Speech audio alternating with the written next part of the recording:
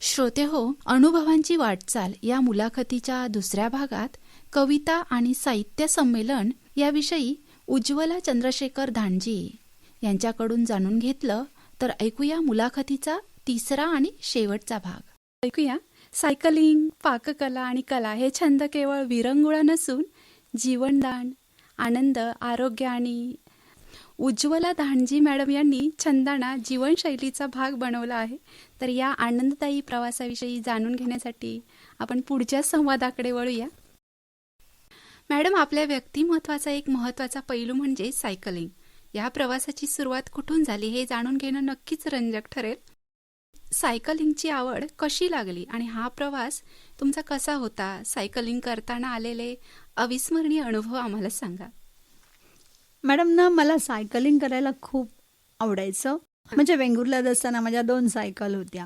एक कॉलेजला जायची सायकल फॅशनची लेडीज आणि एक जेंट्स सायकल, की बाजारातनं सामान आणायचं, रेशन आणायचं, ह्यासाठी तो बॅलन्सिंग लागायचं.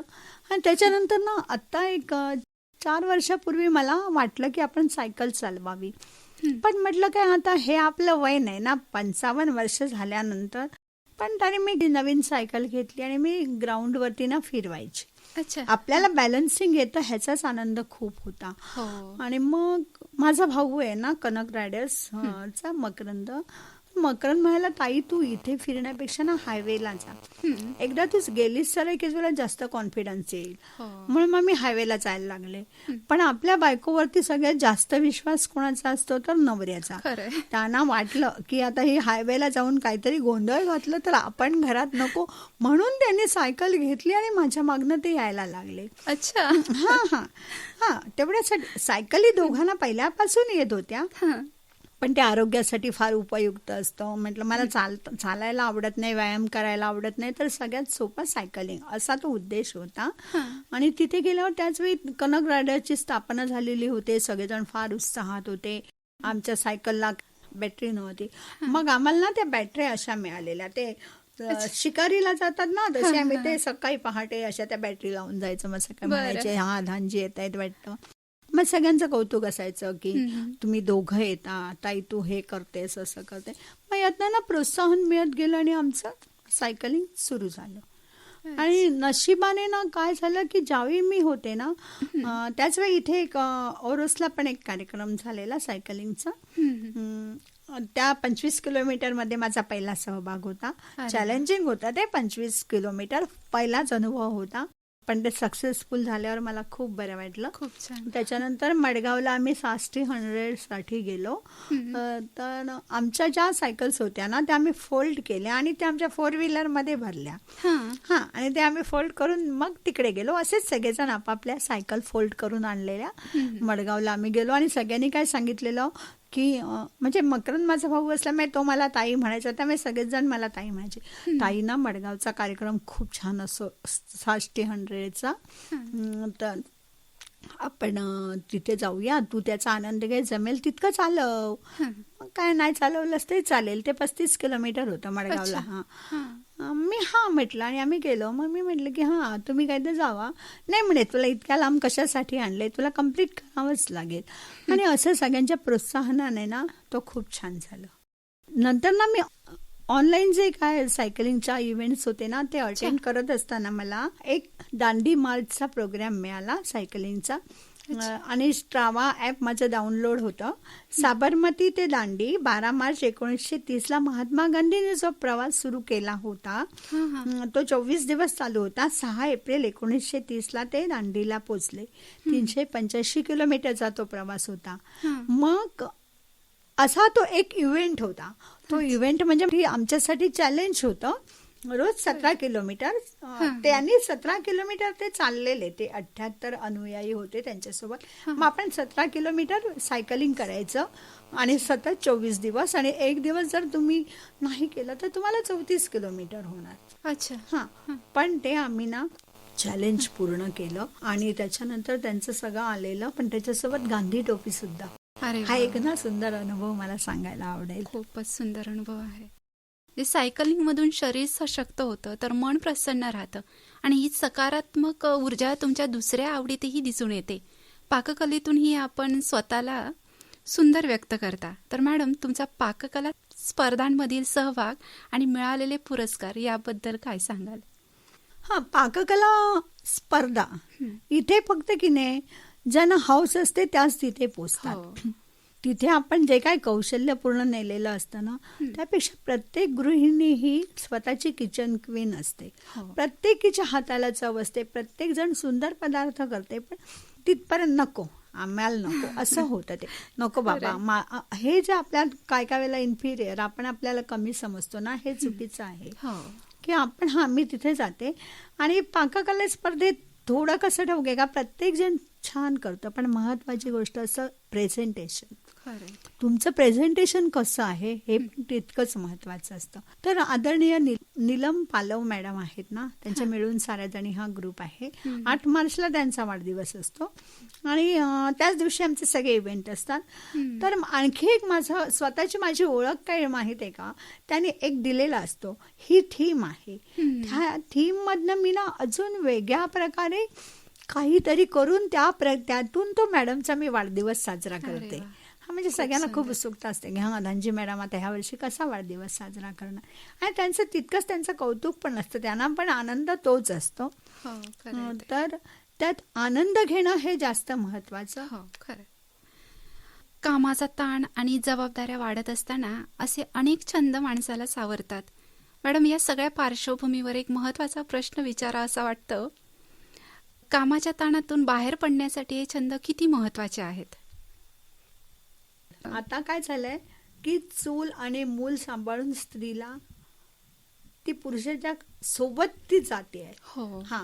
पण पुरुषाच्या सोबत जाताना पुरुष तितका स्वयंपाक घरात लक्ष नाही घालत आहे, त्यांची भूमिका तीच राहिली आहे. पण स्त्रीला, म्हणजे मला हे खूप सांगायला आवडतं की त्यावेळी झाशीची राणी दामोदरला पाठीशी लावून लढत होती, पण आताची स्त्री काय वेगळी आहे. आता ती ज्यावेळी 2 व्हीलरने जाते त्यावेळी तिच्या पाठीमागे ते घट्ट मिठी मारून बसलेलं मूल, त्याला ते शाळेत सोडतं, तिथून पुढे जातं. म्हणजे स्त्रीचं कार्यक्षेत्र वाढलंय. प्रत्येक जबाबदाऱ्या वाढलेल्या आहेत.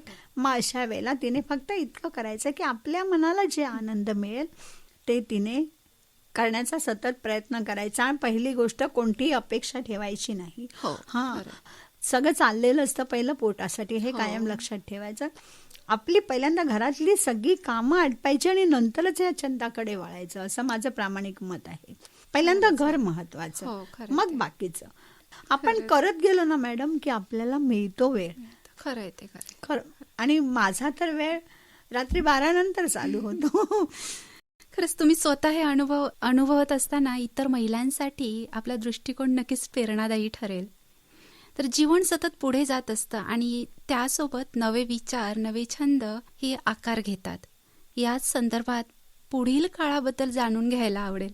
पुढील काळात कोणते नवे छंद किंवा उपक्रम जोपासायचे आहेत याचा काही विचार केला आहे का? नाही मॅडम, आणि मी असा विचार करतच नाही.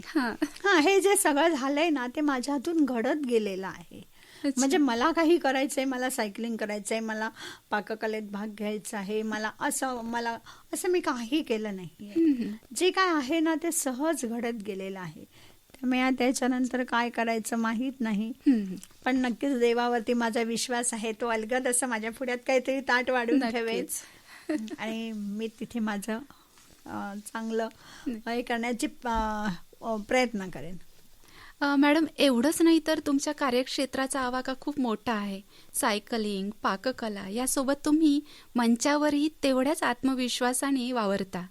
तर मॅडम, तुम्ही विविध कार्यक्रमांचे सूत्रसंचालन करता, तसंच कीर्तनाचं सादरीकरणही करता. तर या सर्व कामाच्या व्यापातून हे सगळं कसं जमतं तुम्हाला?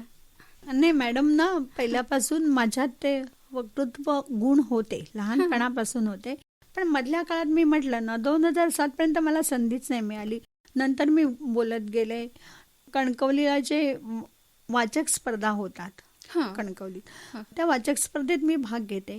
तर असाच एक मॅडम तुम्हाला एकच अनुभव सांगायला मला आवडेल की तिथे वाचक स्पर्धेला नंबर आल्यानंतर तिथे जे आम्ही बोलतो ना ज्या लेखकांबद्दल, तेच भाषण आम्ही जिल्हास्तरीयला कुडाळला करायचो. तर एका वर्षी वाचक स्पर्धेसाठी लेखक होते विवा शिरवाडकर. तर मी त्यांच्याबद्दल बोलले आणि आदरणीय डॉक्टर विद्याधर करंदीकर की अतिशय चालता बोलता ज्ञानकोश आणि भयंकर शिस्त आणि बारीक लक्ष.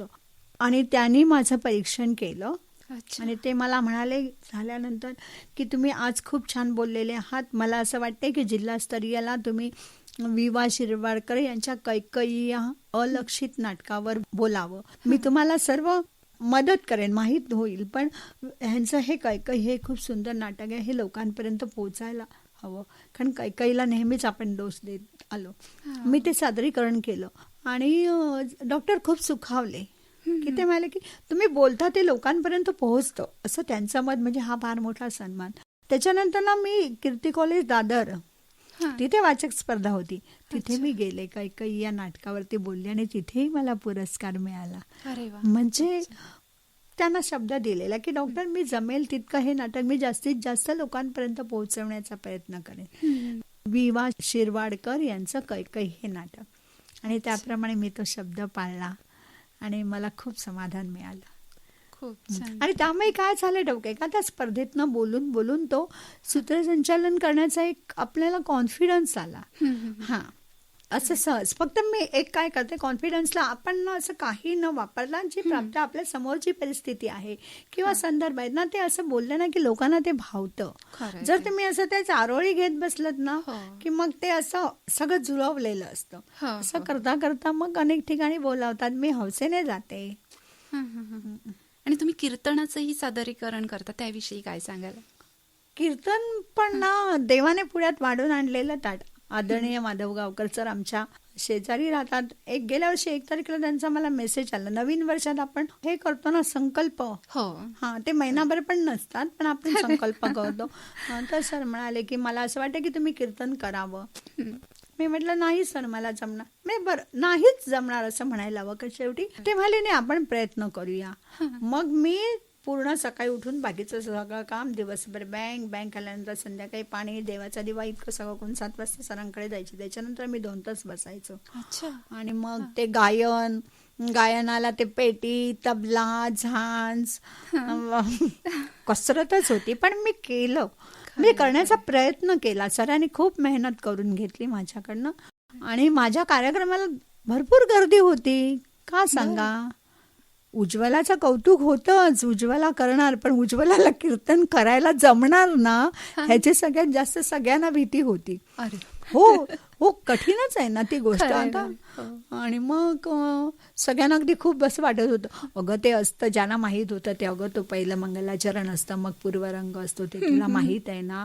म्हटलं हो. प्रत्येक जण सल्ले द्यायला लागले. हा म्हणजे त्यांचं मी की आता हे कीर्तन करणार तर कुठे फजिती होऊ नये इतकं त्यांना विश्वास वाटत होता. आणि ते मी यशस्वी सादरीकरण करू शकले. त्याच्यानंतर मला ते बघून रामजन्माच्या वेळेला कीर्तनाचं विचारलं. मग मी रामजन्माची केली तयारी आणि त्या दिवशी ते तिथे बोलताना आणखी एकाने विचारलं आणि एकाच दिवशी मी 2 कीर्तन सादर केली. खूप छान, खरंच. बरं मॅडम, तुम्ही देश विदेश प्रवास केला, त्याबद्दल अनुभव आम्हाला नक्कीच ऐकायला आवडेल. प्रवासाबद्दल सांगायचं तर आम्ही ना सतत फिरत असतो. म्हणजे धांजी घरात सापडणं हेच कठीण असतं, असंच असतं. बॅग कायम भरलेली.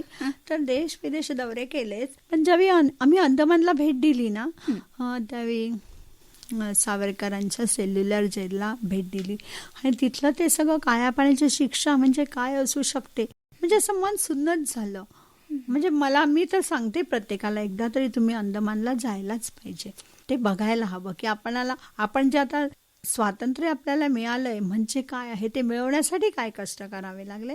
तर आम्ही अंदमानला गेलेलो. तर तिथे काय मला असं तो राहतो आपल्यावरती, खूप इफेक्ट राहतो तो सगळ्या त्या सेल्युलर जेलचा, सावरकरांचा, त्या सगळ्या कायद्या. आणि तिथे ना आम्ही बसलो ना, तर तिथे एक छोटासा बाजार भरलेला. तिथे ना मला एक माडाचं रोप दिसलं. असं अंदमानची शाळी खूप छान असतात बरं, एवढी मोठी छान असतात. मी ते घेतलं विकत आणि मी आणि तो असं म्हणजे ते रोप आम्ही दोघं बसलो. मग सगळ्यांनी बघितलं नाही, सगळ्यांनी मी सरच हे केलं. सोबत आमची 18-20 जण होतो ना, की काय मॅडम हे काय म्हणजे हे असं काय करतात. म्हटलं नाही, मला असं वाटतं की ज्या देशात म्हणजे जिथे सावरकरनी तो सगळं अनुभवलंय तिथून निदान एखादं आपण झाड तरी घेऊन जावं. आठवण. त्यांनी सांगितलेलं की आपल्या हवामानाला ती झाडं जगत नाहीत. तरी पण ना मला सांगते ना, एखादी गोष्ट आली मनात की मला करेपर्यंत थारा नसतो. आलो सकाळी 11 वाजता आम्ही आलो एअरपोर्टला. 11चं फ्लाईट होतं, 9 वाजता आलो. सगळं सामान दिलं आणि हा आपल्या माझ्या हातात. आणि नंतर सगळ्यांना त्याच्याबद्दल प्रेम वाटलेलं बरं. प्रत्येक जण अगदी हॉटेल बिटेलमध्ये घ्यायचं, आपण पाणी घालायचं, काळजी घेत होते. पहिल्यांदाच मला आवडले. आणि मस्त आम्ही आपलं दोघं फिरत होतो इतक्यात त्या अधिकाऱ्याचा एकाचा लक्ष गेला माझ्याकडे. त्याने मला बोलावलं. ते म्हणाले काय आहे? म्हटलं काय नेमाळाचा रोग. नाही म्हणे तुम्हाला विमानातनं नाही नेता येणार, अलाउडच नाहीये. मी म्हटलं नाही, मला म्हटलं तो न्यायचंच आहे की ह्या भूमीतून मला हे न्यायचंय. मग आणखी दोघे आले. मग त्यांनी काहीतरी अशी चर्चा केली. मला माहित नाही की ते मला चांगलं म्हणत होते की माझ्यात काय वेडसरपणा आहे. पण शेवटी काही असो, ते म्हणाले चालेल, आम्ही तुम्हाला परमिशन देतो, तुम्ही घेऊन जा. पण हा तुमच्यासोबत विमानात बसणार नाही, तो लगेजमध्ये जाईल. म्हटलं ठीक आहे. लगेजमध्ये गेल्यावर परत त्या सगळ्यांची तशीच माझ्याकडे बघून अशी म्हणजे असं हसणं कळत होतं. मला बाकीचं काही दिसत नव्हतं. आमचं 11चं फ्लाईट संध्याकाळी 5 वाजता आलं अंदमानला. आणि आम्ही चेन्नईत आलो. कनेक्टिंग फ्लाईट निघून गेलं.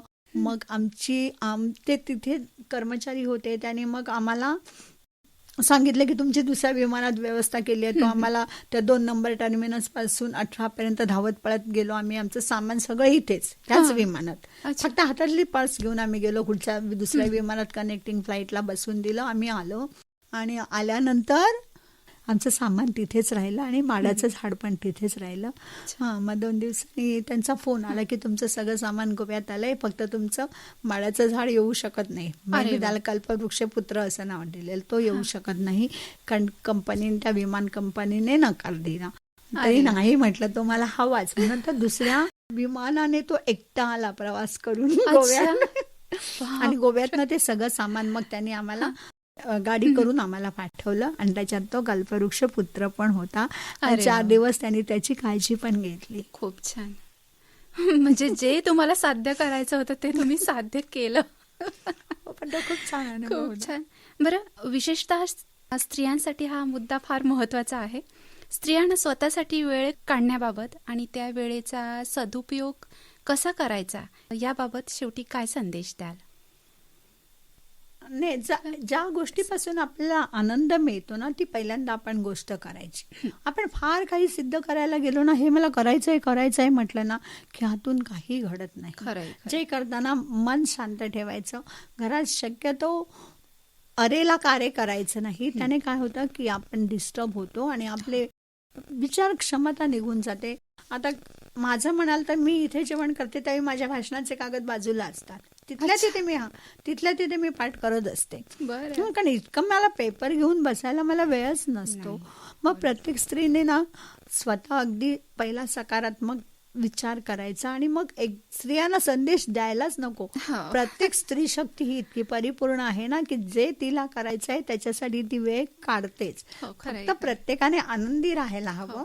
आणि जे मी करते त्याच्यातून मला खूप समाधान मिळतंय, आनंद मिळतो. एवढाच फक्त आपल्या मनाशी विचार केला ना की ते सगळं काही करू शकते, ते सर्व साध्य करू शकतात. कारण आजची स्त्री ही कुठेही कमी पडत नाहीच आहे. तिने फक्त वेळ कसा उपयोग त्याचा करायचा तिने स्वतःच ठरवायला हवं. बरोबर. हो, खरंय. तर आजच्या संवादातून हे स्पष्ट झालं की छंद जोपासले तर ताण कमी होतो आणि जीवन अधिक अर्थपूर्ण होतं. सायकलिंग, पाककला आणि कला यातून मिळणारा आनंद निश्चितच प्रेरणादायी आहे. तर श्रोते हो, आजचा कार्यक्रम म्हणजे खऱ्या अर्थाने प्रवास शब्दांचा आणि जीवनाचा होता. कार्यकाळातील अनुभव, कवितेतून उमटलेली भावना, विविध छंदातून मिळणारा आनंद या सगळ्यांचा सुंदर संगम आज आपण अनुभवला. कर्तव्य, काव्य आणि आनंद यांचा समतोल साधला तर जीवन अधिक समृद्ध आणि अर्थपूर्ण होतं.